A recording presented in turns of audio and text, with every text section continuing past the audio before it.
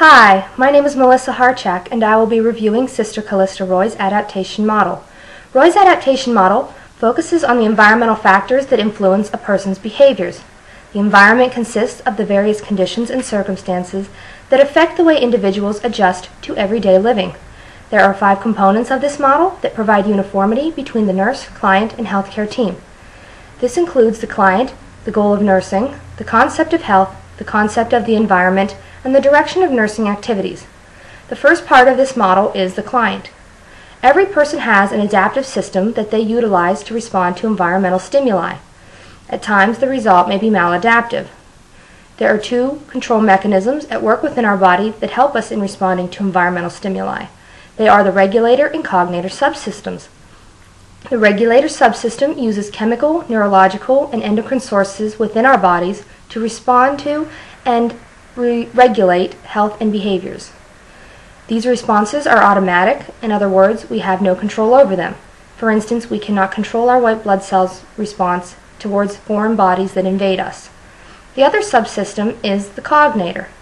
This is how we process information by critically thinking to decide how to respond to environmental stressors. These responses are acquired or learned.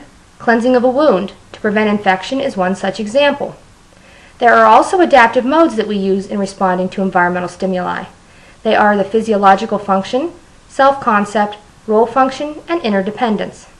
The physiological function includes the essentials necessary to sustain life, such as water, food, and oxygen.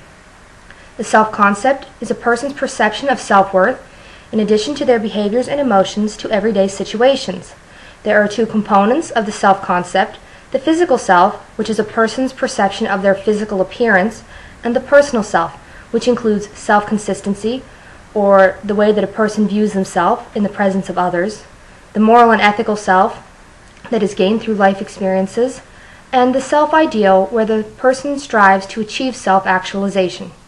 Role function is how a person socially interacts with other individuals, and interdependence is how a person corresponds with other individuals and groups. The second component of Roy's adaptation model is the goal of nursing, and it comprises 2 levels. The first level includes the 6 steps of the nursing process. These are as follows: assessment of the behavior, assessment of the internal and external stimuli, developing nursing diagnoses, developing short and long-term goals, interventions toward completion of those goals, and evaluation is the final step. The individual's coping, whether it is positive or negative, is the second level of adaptation. These are evaluated by the focal, contextual, and residual stimuli. The focal stimuli have the greatest impact on adaptation. It is the here and now that is causing the current change. The contextual stimuli are measurable, subjective, and objective, and the residual stimuli are the most difficult to measure, and they are what help the person arrive at these situations. The third component of Roy's adaptation model is the concept of health. When we use our internal and external energies to cope, we become tired, which in turn affects our ability to survive and grow. So in order to promote health, an individual is looking for positive ways to increase their energy level. The concept of the environment is the 4th component of the model. The internal and external environment plays a role in our adaptation either positively or negatively. Finally, the direction of nursing activities is the 5th component of the model.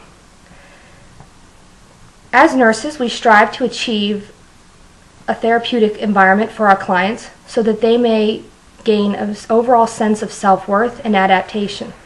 Some such interventions that we perform include keeping incontinent clients dry, assisting clients with their daily care, encouraging clients to partake actively in their care, and teaching the families as well as the clients about their plan of care and disease process.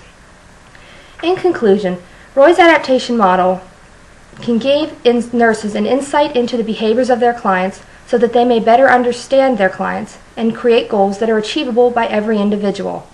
This model includes many different internal and external factors that influence a person's coping and the direction of nursing interventions. So the overall goal of Roy's adaptation model is to promote a client's adaptation level so that higher levels of self-worth may be achieved. Thank you.